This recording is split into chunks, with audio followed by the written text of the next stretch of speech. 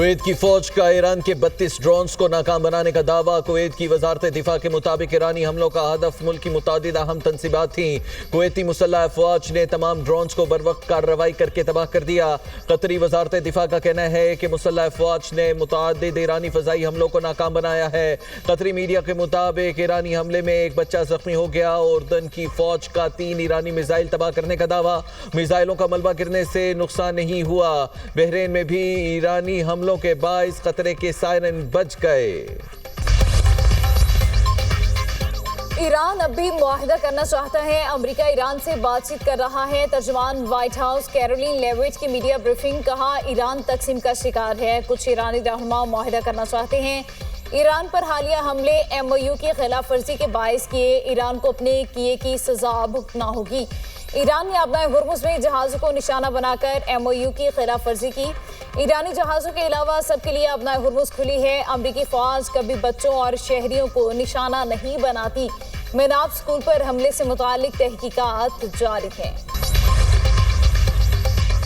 امریکہ نے جنوبی ایران میں شہری تنصیبات کو نشانہ بنایا۔ ایران کی پارلیمنٹ کی قومی سلامتی کمیٹی کے سربراہ ابراہیم عزیزی کا کہنا ہے کہ میناب میں ایک اسکول، آواز میں بچوں کے کینسر ہاسپٹل پر امریکہ نے حملے کیے۔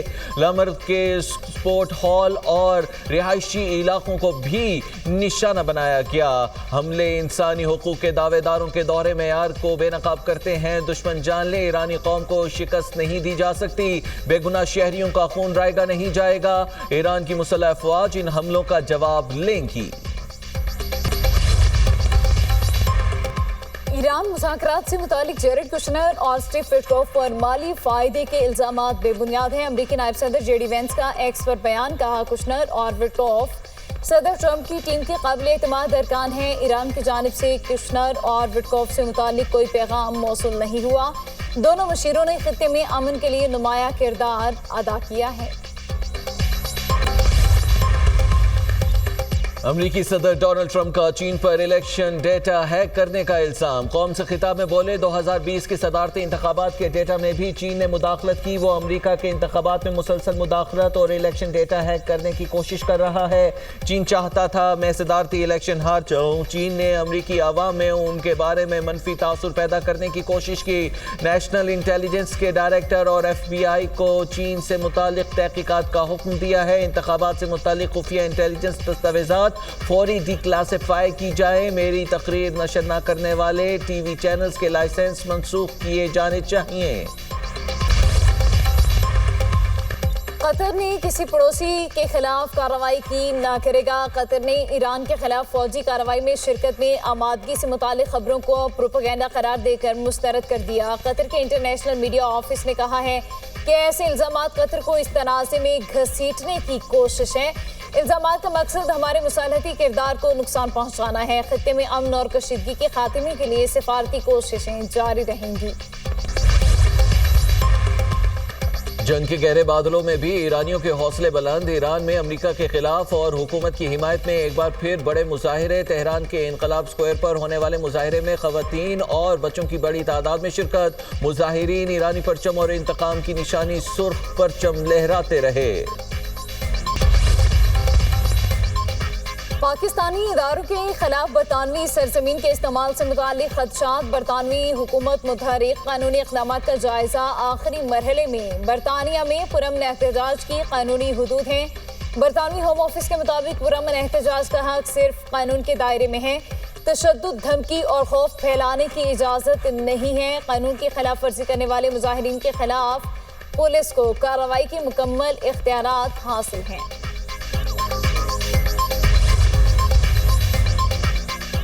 آپریشن شعبان بلوچستان سمیت خطے بھر کے امن کا ضامن عالمی سطح پر بھی پذیرائی۔ بلوچستان سے دہشت گردی کے خاتمے کے لیے آپریشن شعبان میں فطنت الخوارج، فطنت الہندوستان کے ٹھکانوں کو کامیابی سے نشانہ بنایا جا رہا ہے۔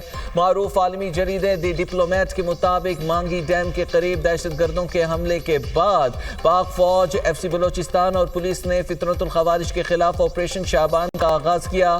فطنت الخوارج اور فطنت الہندوستان کے خلاف کارروائیوں میں میں سینکڑوں دہشت گرد جہنم واصل ہوئے۔ آپریشن شعبان کو دہشت گرد نیٹ ورکس تباہ کرنے اور بلوچستان میں ریاستی ریٹ کی بحالی کے لیے طویل المدتی عسکری مہم کے طور پر ڈیزائن کیا گیا۔ علیحدگی پسند گروپوں اور شمالی اضلاع سے فطرت الخوارج کا خاتمہ کیا جائے گا۔ آپریشن شعبان کے نہ صرف بلوچستان بلکہ پاکستان کے مجموعی اندرونی استحکام پر بھی اثرات مرتب ہوں گے۔ شنگھائی میں ورلڈ آرٹیفیشل انٹیلیجنس کانفرنس کی افتتاحی تقریب نائب وزیر اعظم اسحاق ڈار پاکستانی وفد کے ہمراہ شریک ہوئے۔ ترجمان دفتر خارجہ کے مطابق تقریب سے صدر شی جن پنگ نے خطاب کیا۔ نائب وزیر اعظم اسحاق ڈار کی سیکرٹری جنرل اقوام متحدہ اینٹونی گوئتریس سے ملاقات شنگھائی میں ورلڈ آرٹیفیشل انٹیلیجنس کانفرنس کے موقع پر ہوئی۔ ترجمان دفتر خارجہ کے مطابق ملاقات میں خطے اور دنیا کی تازہ ترین صورتحال پر تبادلہ خیال کیا گیا۔ اسحاق ڈار نے کہا مشترکہ عالمی چیلنجز سے نمٹنے، امن، پائیدار ترقی اور جامع پیش رفت کے فروغ کے لیے کثیر الجہتی تعاون کی اہمیت پر گفتگو ہوئی۔ وزیر اعلیٰ پنجاب مریم نواز نے اپنی چھت محفوظ چھت پروگرام کا افتتاح کر دیا۔ تقریب سے خطاب کرتے ہوئے کہا اپنا گھر مکینوں کو تحفظ کا احساس دلاتا ہے۔ اپنی چھت محفوظ چھت پروگرام پنجاب کے عوام کے لیے اہم منصوبہ ہے۔ پروگرام کے تحت لوگوں کو اپنی چھت فراہم کی جا رہی ہے۔ 5 لاکھ روپے تک بلا سود قرضہ دیا جا رہا ہے۔ قرض 9 سال کی مدت کے لیے دیا جا رہا ہے۔ قرض لینے والے کو پہلے 3 ماہ اقساط ادا نہیں کرنا ہوگی۔ ہر ماہ 4700 روپے کی قسط ادا کرنا ہوگی۔ 10 لاکھ قرض کے لیے 9300 روپے ماہانہ قسط ہوگی۔ اپنی چھت اپنا گھر پروگرام کے تحت 2 لاکھ خاندان اپنے گھروں میں منتقل ہو چکے۔ کاہنہ میں افسوسناک واقعہ پیش آیا، معصوم بچوں کی جان گئی۔ سانحہ کاہنہ نے مجھے بہت بے چین کیے رکھا۔ سانحہ کاہنہ میں جاں بحق بچوں کے والدین کا درد سمجھتی ہوں۔ وفاقی وزیر داخلہ کا واشنگٹن بوئنگ کمپنی کے ہیڈ کوارٹرز کا دورہ۔ محسن نقوی نے بوئنگ گلوبل کے صدر برینڈن نیلسن سے ملاقات کی۔ پی آئی ای کے لیے 16 نئے طیاروں کی خریداری کے لیے بہترین آپشنز پر بات چیت کی گئی۔ ملاقات میں بہترین ڈیل کو جلد از جلد حتمی شکل دینے پر اتفاق کیا گیا۔ وزیر داخلہ محسن نقوی نے طیارہ سازی کی صنعت میں بوئنگ کمپنی کے کلیدی کردار کو سراہا۔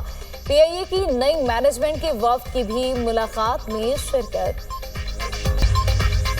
وینزویلا میں گزشتہ ماہ آنے والے زلزلوں میں ہلاکتوں کی تعداد 4930 تک پہنچ گئی۔ وینزویلا حکومت کے مطابق زلزلوں میں 16740 افراد زخمی ہوئے۔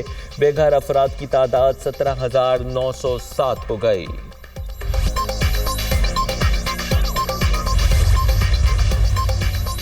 وزیر اعظم کی زیر صدارت خطے میں کشیدگی کے ملکی معیشت پر اثرات کا جائزہ اجلاس۔ سادگی اور کفایت شعاری کے اقدامات پر رپورٹ پیش۔ شہباز شریف نے کہا خطے کی صورتحال میں غیر یقینی برقرار ہے، ہر ممکنہ چیلنج سے نمٹنے کے لیے مکمل تیاری رکھیں۔ اللہ کے فضل و کرم سے ملکی معیشت مستحکم ہے، ضرورت پڑنے پر بر وقت اقدامات کے جامع لاہ عمل مرتب کیا جائے۔ خطے میں کشیدگی بڑھنے کے منفی اثرات سے ملکی معیشت کے مستقبل میں متاثر ہونے کا اندیشہ ہے۔ جس طرح گزشتہ سادگی مہم میں عوام نے بھرپور ساتھ دیا، اس طرز پر کفایت شعاری کو قومی سطح پر اپنانا ہوگا۔ وزیر اعظم نے پیٹرولیم مصنوعات اور توانائی کے بچت کی قومی مہم میں عوام کے بھرپور تعاون کو سراہا۔ کہا سادگی اور کفایت شعاری مہم میں عوام نے بھرپور کردار ادا کیا، جس پر تہہ دل سے مشکور ہے۔ صوبائی حکومتوں سے مل کر پیٹرولیم مصنوعات کی مصنوعی قلت پیدا کرنے والوں کے خلاف سخت کارروائی کی جائے۔ وزیر اعظم کو بتایا گیا کہ ملکی ضروریات کے مطابق پیٹرولیم مصنوعات کے وافر ذخائر موجود ہیں اور مستقبل کے لیے اس کی فراہمی کو یقینی بنا لیا گیا ہے۔